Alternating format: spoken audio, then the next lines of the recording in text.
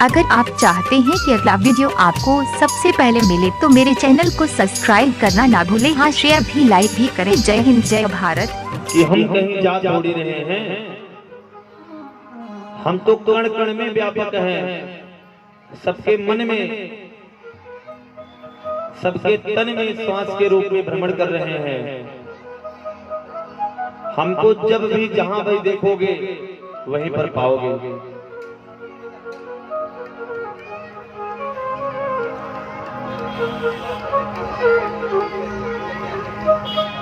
सांत्वना देते हुए श्री कृष्ण भगवान मथुरा के लिए प्रस्थान करते हैं और जैसे ही मथुरा में प्रवेश करते हैं भगवान नारायण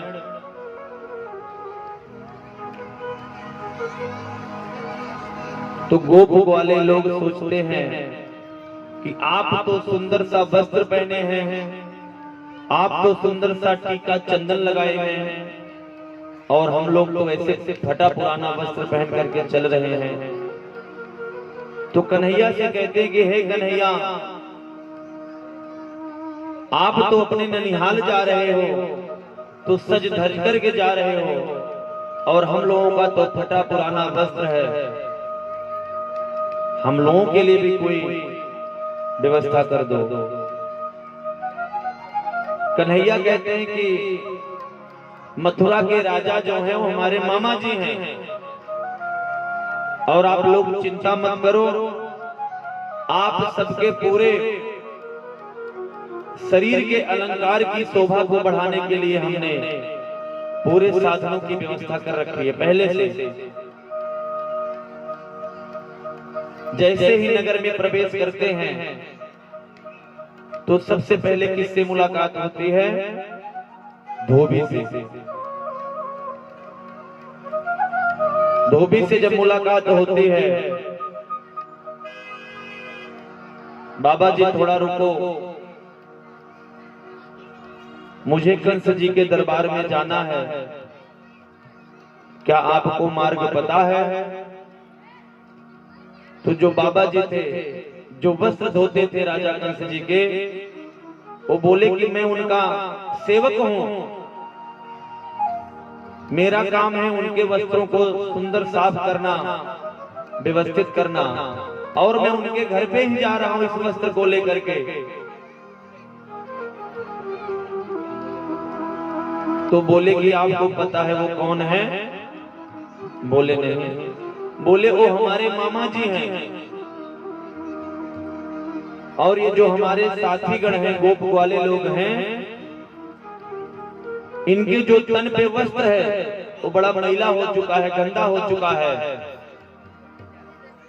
और मैं आपसे निवेदन करता हूं कि इनको साफ और सुथरा सुंदर वस्त्र दे करके अपने साथ ले चलो। अब वहां सेवक दुविधा में पड़ गया, अगर मैं वस्त्र देता हूं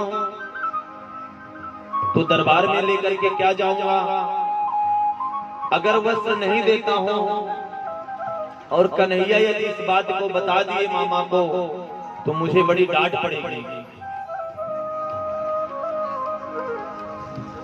कन्हैया का जितना काम है टोटल टेढ़ा मेढ़ा, अपना कार्य भी करना चाहते हैं और दिक्कत भी ना आने पाए। वह धोबी सभी गोप वालों के लिए सुंदर वस्त्र निकालता है और सभी गोप वाले लोग सुंदर सा वस्त्र धारण करते हैं। वस्त्र तो पहन लिए, अब सोच रहे हैं कि पांव में जूता चप्पल नहीं है, इसकी व्यवस्था कहां से हो, क्योंकि अपने नानके जाना है और ननिहाल जाना तो बढ़िया मेंटेन टिप टॉप से।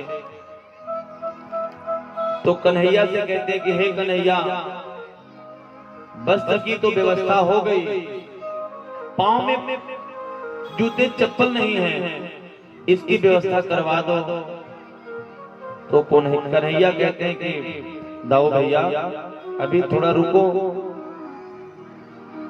हर चीज की व्यवस्था हो जाएगी, इतना हड़बड़ाओ मत। नाहं भवदभ्याम रहिता प्रवेशे मथुरां प्रभो त्यक्तुं नारसिंहानाथ भक्तं ते भक्तवत्सलः।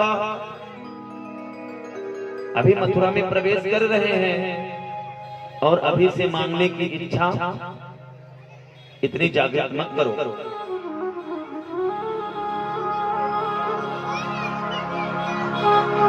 थोड़ा आगे बढ़ते हैं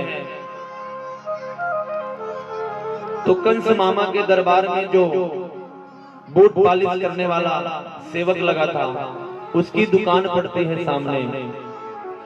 तो पूछते हैं कि बाबा जी मुझे कंस जी के घर जाना है, कृपया करके मार्ग बताइए। तो बोले कि मैं तो उनके दरबार का सेवक हूं और मैं आपको ले चलता हूं, छोड़ता हूं।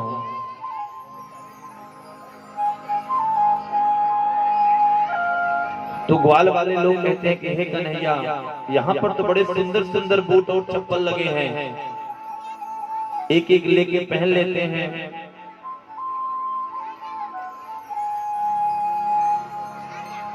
कन्हैया कहते हैं थोड़ी देर इंतजार करो, सब व्यवस्था हो जाएगी। कन्हैया कहते हैं कि जो हमारे गोप वाले लोग हैं इनके पांव में जूता और चप्पल नहीं है और मैं कंस जी का भांजा हूं, अपने नानके जा रहा हूं और ऐसे नंगे पांव चला गया तो बड़ी बेइज्जती होगी, बदनामी होगी और आपको डांट पड़ेगी कि जब रास्ते में दुकान थी तो आपने हमारे रिश्तेदारों को चप्पल क्यों नहीं दिया। वहां पर पहुंचकर सब लोगों ने एक एक बढ़िया सुंदर मैचिंग का जूता चप्पल अपने पांव में धारण करके आगे बढ़ते हैं।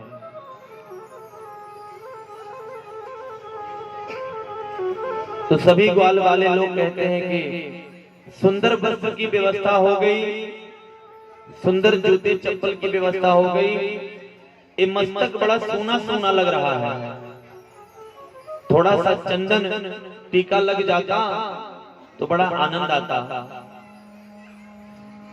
क्योंकि शून्य मस्तक किसका होता है? चंडाल का।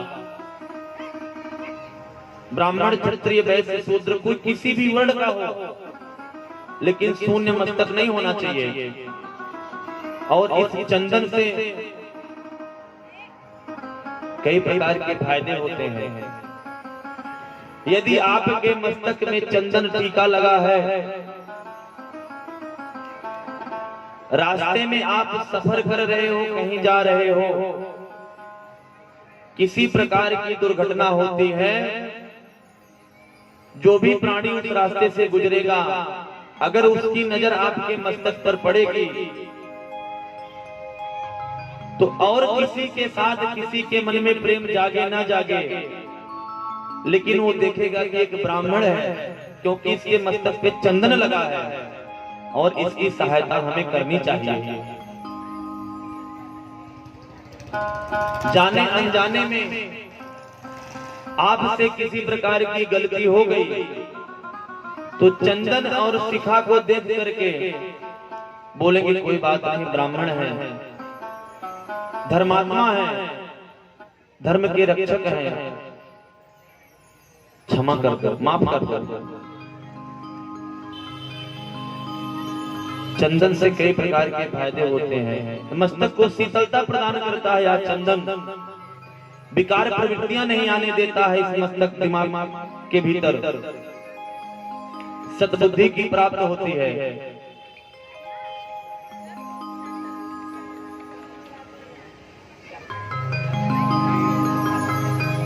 बहुत ही सुंदर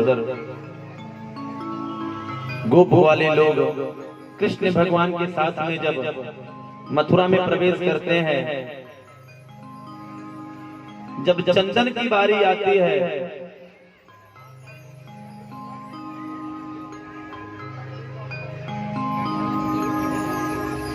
तो सोचते हैं कि अब चंदन हम कहां से लगाएं, चंदन कहां मिलेगा यहाँ पर। जैसे ही थोड़ा सा आगे बढ़ते हैं, अथ ब्रजन राजपथेन माधवा स्त्रियं गृहीतांग विलेप भाजनाम विलोक्य कुब्जाम इवतीं वराननाम पप्रच्छयान्तीं प्रहसन रसप्रदः। तुरंत उनकी नजर कुब्जा पर पड़ते हैं। जैसे ही मथुरा में प्रवेश करते हैं तो सर्वप्रथम धोबी मिलता है, सुंदर वस्त्र धारण करते हैं, फिर चप्पल सुंदर, जूता सुंदर पहनते हैं और मस्तक सोना होने के कारण सोचते हैं कि हमारे मस्तक पे सुंदर सा चंदन लग जाए, तभी कुब्जा जी का दर्शन होता है। कुब्जा जी का सिर्फ एक ही कार्य था, जिनको कुबड़ी कहते थे, कंस जी के दरबार में जाना, कंस जी के लिए सुंदर सा चंदन प्रतिदिन घिस करके और उनके मस्तक पे लेपन करना। कुब्जा रानी चंदन को लेकर के जा रही थी, तभी नटखट गोपाल, यहाँ पर भी व्यंग बोलते हैं। मैंने आपको बताया ना कि इनका कोई कार्य सीधा नहीं होता है, सारा कार्य टेढ़ा।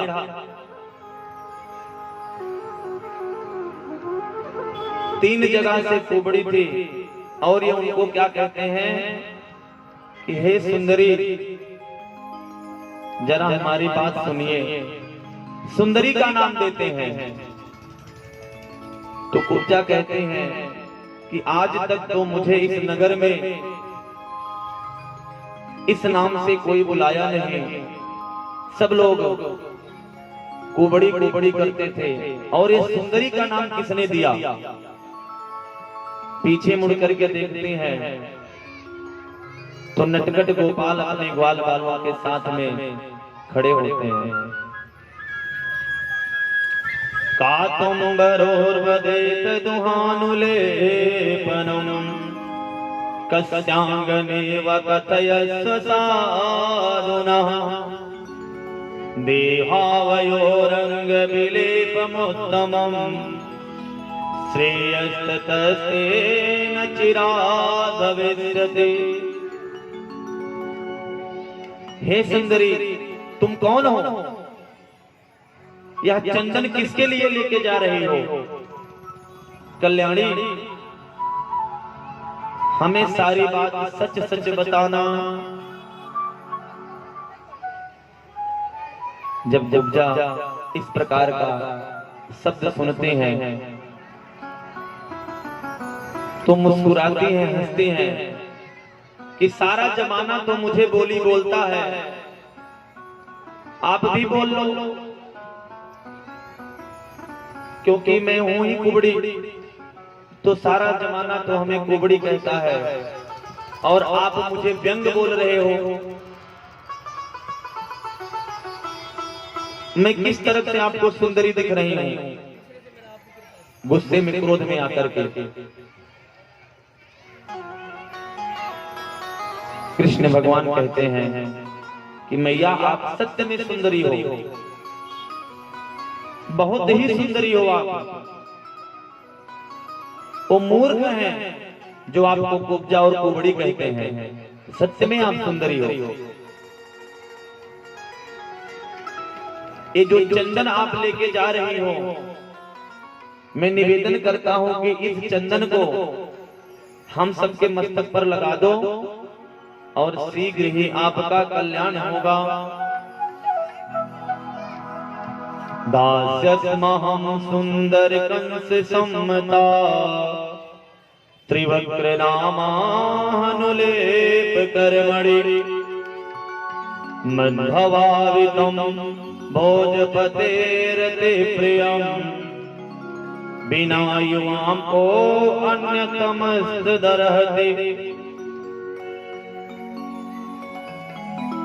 जो कंस जी को उपटन आदि चंदन लगाते थे, वह कहते हैं कि मैं आपको चंदन नहीं दूंगी, मैं कुब्जा कुबड़ी हूं और आपने मुझे मेरा परिहास करने के लिए मुझे सुंदरी का नाम दिया है, मैं चंदन नहीं दूंगी लगाने के लिए, और मेरा कल्याण कैसे होगा। कन्हैया कहते हैं कि हे मैया, पहले आप चंदन हम सब ग्वाल वालों के मस्तक पर लगाओ, और मैं सत्य कहता हूं कि आपका कल्याण होगा। ततस्तवांग रागेण स्वर्णे तरसो विनाम संप्राप्त पर भागे सुशुभाते अनुरंजितो। आपके सारे अंग सुशोभित होने लगेंगे, ये मैं वचन देता हूं। जैसे ही कुब्जा भगवान के पास आते हैं, भगवान हल्का सा उनके दाढ़ पर ऐसे करके हल्का सा स्पर्श करते हैं। जो 3 जगह से कुब्जा थे वो पूरी सुंदरी का रूप बन गया। बोलिए कुब्जा मैया की जय। इनके जयकार क्यों लगे? क्योंकि परम सौभाग्यशाली थी जिनको साक्षात नारायण का दर्शन हुआ। परमात्मा का दर्शन पाना आसान काम नहीं है, कई जन्मों का पुण्य उदय होता है, तब जाकर के कथा श्रवण करने का सौभाग्य प्राप्त होता है।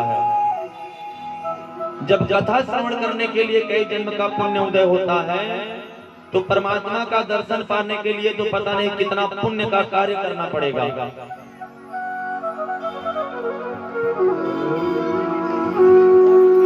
बोलिए वृंदावन बिहारी लाल की जय।